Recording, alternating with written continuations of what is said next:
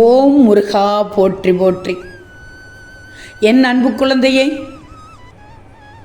எந்த சூழ்நிலையிலையும் உன் உடலையும் மனதையும் நீ பத்திரமாக பாதுகாத்து கொள்ளணும். ஏன்னா சூழ்நிலை மாறும், உன்னுடன் இருப்பவர்களும் மாறுவார்கள். கடைசி வரை உனக்கு துணை உன் ஆரோக்கியமான உடலும் தெளிவான மனம் மட்டும்தான். யோசித்து செயலாற்று என்றுதான் சொல்கிறேன். கவலையே படாதே, கவலையே படாதே, உனக்கு நான் இருக்கிறேன். நிச்சயமாக 7/7/25 முத்தான 3 செய்திகள் உன்னை தேடி வரப்போகிறது. தங்கமே, உன்னை தனிமையில் விட்டு ஒருவர் பிரிந்து செல்கிறார் என்றால் அவரை விட சிறந்த ஒருவர் உன்னை நெருங்கி வந்து கொண்டிருக்கிறார் என்பதுதான் அர்த்தம். எனவே நீ பிரிந்தவரை எண்ணி வருத்தப்பட தேவையில்லை.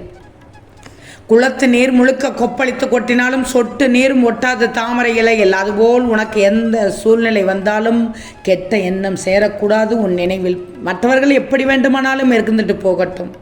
உன்னை பற்றி இல்லாததை இருப்பதாக அவதூறு கூறியவனும், நீ இல்லாத நேரம் உன்னை பற்றி தவறாக புறம்பேசி தெரிந்தவனும் அதற்குரிய கூலியை உடனடியாக வெகு சீக்கிரமே அனுபவிப்பார்கள். உன்னை கவலைப்பட வைத்தவர்களை நீ அதிகமாக நம்பும் உன் முருகன் கவனிக்காமல் விட்டு விடுவேனா என்ன? நீ அவர்களை மன்னிக்காதவரை உன்னுடைய கடவுளும் உன்னுடைய முருகனும் திசை திரும்ப மாட்டார். அவன் பொய் வாழ விடாது, அவன் பொய் வாழ விடாது தங்கமே. பொய் சொல்லி எவ்வளவு நாளுக்கு தப்பிப்பான்? உண்மையை சொல்லி மாட்டிக்குவான், நிச்சயமாக மாட்டிக்குவான். நீ போகின்ற பாதைகள் அனைத்தும் சரியாக இருக்கும் என்று நினைக்காது. ஏதேனும் ஒன்று தவறாகும். சரியாக சிந்திக்காவிட்டால் அதில் உன் வாழ்க்கையே வீணாகிவிடும். கவனமாக இருந்துக்கோ. உனக்கு எது பிடிக்கலையோ அதனிடம் இருந்து விலகினேன். அது உறவானாலும் சரி, பொருளானாலும் சரி, அதையே நினைத்து வருந்தி உடலையும் மனதையும் வருத்தி கொள்ளாதே. பாதிக்கப்படுவது நீ மட்டும்தான். நான் திரும்ப திரும்ப உனக்கே சொல்ல வருவது என்னவென்றால், உன் ஆரோக்கியம் நல்லபடியாக இருக்க வேண்டும்.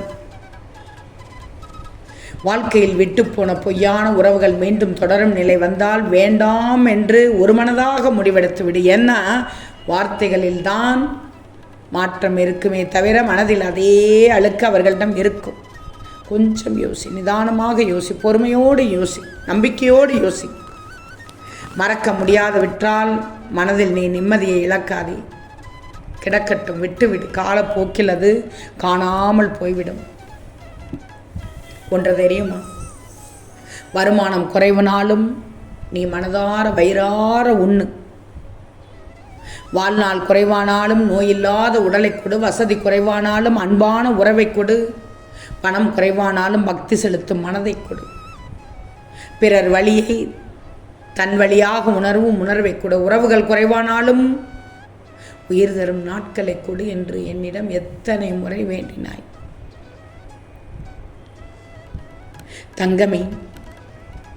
உனக்கு இடையிடையே கோபம் அதிகம் வருகிறது. நீ நேர்மையானவர்தான், இல்லை என்று சொல்லவில்லை. கோபம் அதிகம் வேண்டாம். உனக்கு இரக்கம் அதிகம் வரத்தானே செய்கிறது. என்ன பொறுமையாக இருக்கிறாய், அது எப்படி கோபம் உனக்கு அதிகம் வரும்? எவர்களும் எப்படி வேண்டுமானாலும் இருந்துகிட்டு கொள்ளட்டும். யாருக்காகவும் உன்னை காயப்படுத்தி கொள்ளக்கூடாது.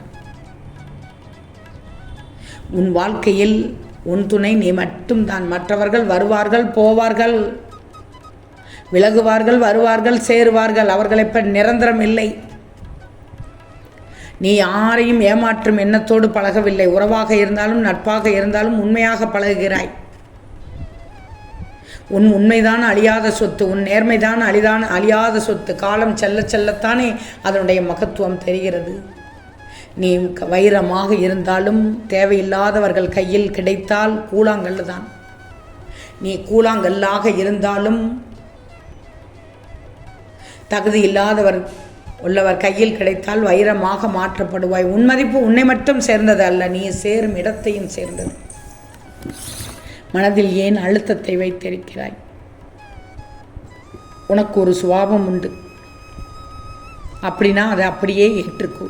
இப்படித்தான் இருக்க வேண்டும் என்று யாரிடமும் எதிர்பார்க்காதே. நீ எப்படி இருக்க வேண்டுமோ அப்படி மட்டும் இருந்தால் போதும். நீ நீயாக இரு.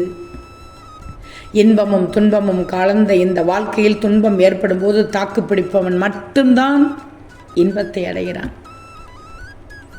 ஒன்றை பெற வேண்டும் என்று நினைத்துவிட்டால் இறுதி வரைக்கும் நீ போராடணும். விளைவுகளையோ அதில் ஏற்படும் தோல்வி பற்றியோ கூட கவலைப்படக்கூடாது. கண்டுகொள்ளாதவிடம் கண்ணீர் விடுவதிலும், செவி சாய்க்காதவிடம் கத்தி கதறுவதிலும், விலகியவிடம் விளக்கம் கேட்பதிலும், அள வைத்தவிடம் ஆறுதல் தேடுவதிலும், அலட்சியம் செய்பவரிடம் அன்பு செய்வதிலும், உதறி தள்ளியவிடம் உயிரை வைப்பதிலும் எந்த பயனும் இல்லை. தெரிஞ்சுக்கும். ஒரே ஒரு நாள் அடுத்தவர் வாழ்க்கையை வாழ்ந்துவார். அதன் பின்னர் அவர்களைப் போல இவர்களைப் போல வாழ வேண்டும் என்ற எண்ணம் வாழ்நாள் முழுவதும் தோன்றாது. கோபுரத்தில் இருந்தாலும் குடிசையில் இருந்தாலும் உன் மனதை பொறுத்துத்தான் உனக்கு சந்தோஷம். கற்பனைகள் செய்துவார். காலங்கள் கடந்தால் உன் நிலை என்னவென்று அப்போதுதான் புரியும். உனக்கு இன்று எழும் ஆசைகளால் நாளை வருவது துன்பம் என்று பயப்படாதே. கவனிச்சுப்பார். ஒரு பெரிய புலம்பலுக்கு பின், ஒரு நீண்ட கண்ணீருக்கு பின், ஒரு மீள முடியாத விரக்திக்கு பின் எல்லோருடைய வாழ்க்கையும் புது பொலிவு பெறுகிறது. அதனால் அப்படியே உடைந்து விடாதே மகளே. மிகப்பெரிய வாழ்க்கை உனக்கு காத்து கொண்டிருக்கிறது. இது உன் முருகனின் சத்திய வாக்கு. மிகப்பெரிய வாழ்க்கை எப்போது காத்து கொண்டிருக்க, எப்போது உன்னை தேடி வரும். 7/7/25 தேடி வரும். இன்னும் 3 நாட்கள் பொறுத்திரு. எதையும் யாரிடமும் எதிர்பார்க்காமல், வெற்றி தோல்வி என்ற மனம் சஞ்சலப்படாமல் நடப்பது அனைத்தும் நன்மைக்கே என்று மகிழ்ச்சியோடு வாழணும். ஏன்னா வாழ்க்கை வாழ்வதற்கு மட்டும்தான்.